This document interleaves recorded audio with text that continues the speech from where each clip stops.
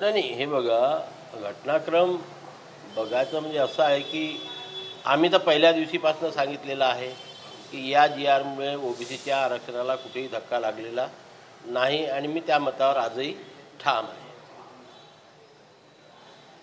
ज्यांना तो GR रद्द करून पाहिजे ती सर्व मंडळी, त्याच्यातल्या ज्या काही शंका कुशंका आहेत, असं होईल तसं होईल तसं होईल अशा प्रकारे ते सांगून त्यांनी GR रद्द करण्याची मागणी सरकारकडे केली. पण काल बैठक संपल्यानंतर जे काही इतिवृत्त बाहेर आलं त्याच्यावरून असं लक्षात आलं की सरकारने साफ सांगितलं की GR रद्द करता येणार नाही आणि तुमच्या ज्या काही सूचना आहे त्याच्यामध्ये काय हे करायचं त्याच्यावरती सरकार विचार करेल. परंतु पुन्हा वारंवार तेच त्यांनी सांगितलं की एकाही व्यक्तीला चुकीचं प्रमाणपत्र दिलं जाणार नाही.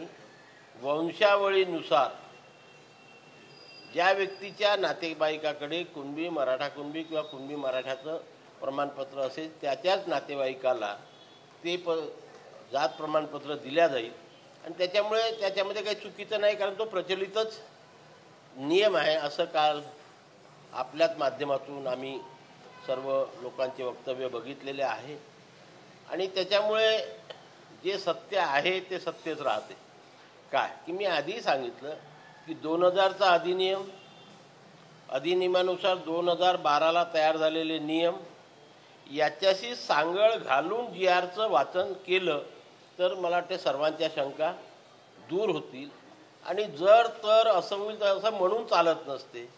जर खोटी प्रमाणपत्र एखाद्या व्यक्तीने काढलं असेल तर त्या व्यक्तीच्या विरोधात तक्रार जर केली आणि ते सत्य आढळून आले तर त्यालासुद्धा सजा आहे आणि जो प्रमाणपत्र देईल त्यालासुद्धा सजा आहे.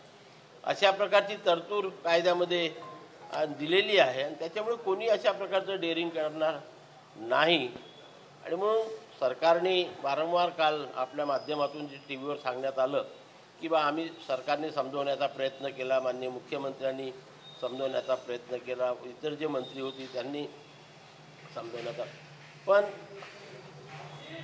आमचे जे OBCचे नेते मंडळी आहे ते ज्या ठिकाणी उपस्थित होते ते त्यांनी सांगितलं की नाही तो GR रद्दच करा आणि आम्ही आता 10 तारखेला मोर्चा काढणार.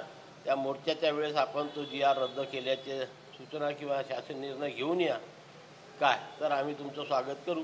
आता सरकार काय निर्णय घेते बघू, पण काल काहीच निर्णय झालेला नाही. विजय वडेट्टीवार यांनी असा दावा केला की त्यांचं असं म्हणणं की GRनुसार जर का एका कुणबी मुलीचं लग्न मराठा मुलासोबत झालं तर त्या आधारावर मध्ये या GRनुसार त्या मराठा मुलाचे सगळे वंशावळ हे कुणबी प्रमाणपत्रामध्ये एक प्रकारे OBC प्रमाणपत्रात पात्र राहील. चुकीची धारणा आहे ती, चुकीची धारणा आहे ना. हे बघा, 2000च्या कायद्यामध्ये नातेवाईकाची परिभाषा स्पष्ट दिलेली आहे. 2012 नियमामध्ये वारंवार तो उल्लेख केलेला आहे की वडिलोपार्जित याच्यानुसार वडील, आजोबा, पणजोबा, खापर पणजोबा यांच्या महसुली किंवा शैक्षणिक कागदपत्रावर जर नोंद असेल, पितृसत्ताक पद्धतीने तुमचे संबंध आले पाहिजे. मातृसत्ताक पद्धतीचा कुठेही उल्लेख केलेला नाही. आणि पितृसत्ताक पद्धतीने जर आपण दुसऱ्याची मुलगी केली तर ते तिला जी तिची जात जी असते ते माझ्या मुलाला लागत नाही. बापाची जी जात असेल, बापाच्या बापाची जी जात असेल तीच मुलांना लागत असते.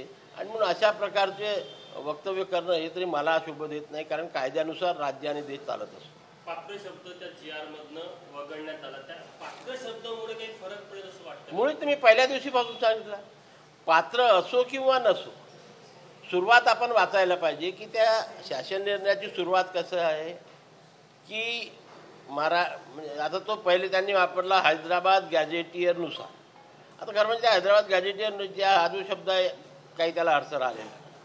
पुढचं वाचायला पाहिजे की मराठा समाजातील ज्या व्यक्तीला, आता तिथे पहिले पात्र शब्द टाकला, आता पात्र शब्द काढला, मराठा समाजातील ज्या व्यक्तीला कुणबी मराठा कुणबी किंवा कुणबी मराठा जातीचे प्रमाणपत्र पाहिजे असेल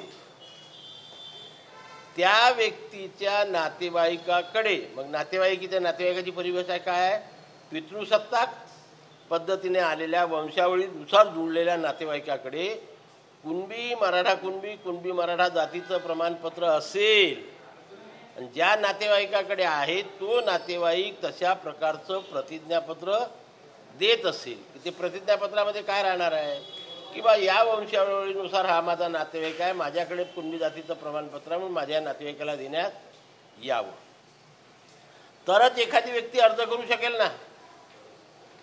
जर त्याचा नातेवाईक कुणबी नसेल आणि त्याच्याकडे तशा प्रकारचं प्रमाणपत्र नसेल तर तो अर्ज करू शकणार नाही. नंबर 1. त्या समजा एखाद्या व्यक्तीकडे नसेल पण ती व्यक्ती 1967 पूर्वीपासून त्या गावामध्ये राहणारा असेल आणि त्या गावातले पोलीस पाटील असेल, सरपंच असेल किंवा इतर जे आहे ते तशा प्रकारचं प्रतिज्ञापत्र देत असेल की बा 67च्या पूर्वीपासून हे कुटुंब आमच्या गावात राहतं आणि मग त्याचं व्हेरिफिकेशन होईल. त्या व्हेरिफिकेशनमध्ये जर सत्यता आढळली तरच SDO प्रमाणपत्र देईल, जी प्रोव्हिजन ऑलरेडी 2000 आणि 2012 आहे, नव्याची नाही आहे ती. चौकशी समिती सुद्धा नेमण्याची म्हणजे हे चौकशी समितीमार्फत चौकशी करण्याची प्रोव्हिजन सुद्धा 2012 आहे. नवीन काहीच नाही, फक्त शब्दरचना नवीन पद्धतीने केलेली आहे आणि त्या शब्दाचा खेळ झाल्यामुळे लोकांच्या मनामध्ये शंका कुशंका निर्माण होत आहेत. त्याच्याकरता आपण काय करू शकत नाही. पण मी अजूनही दाव्याने सांगतो की ओबीसीचं कुठेही नुकसान होणार नाही.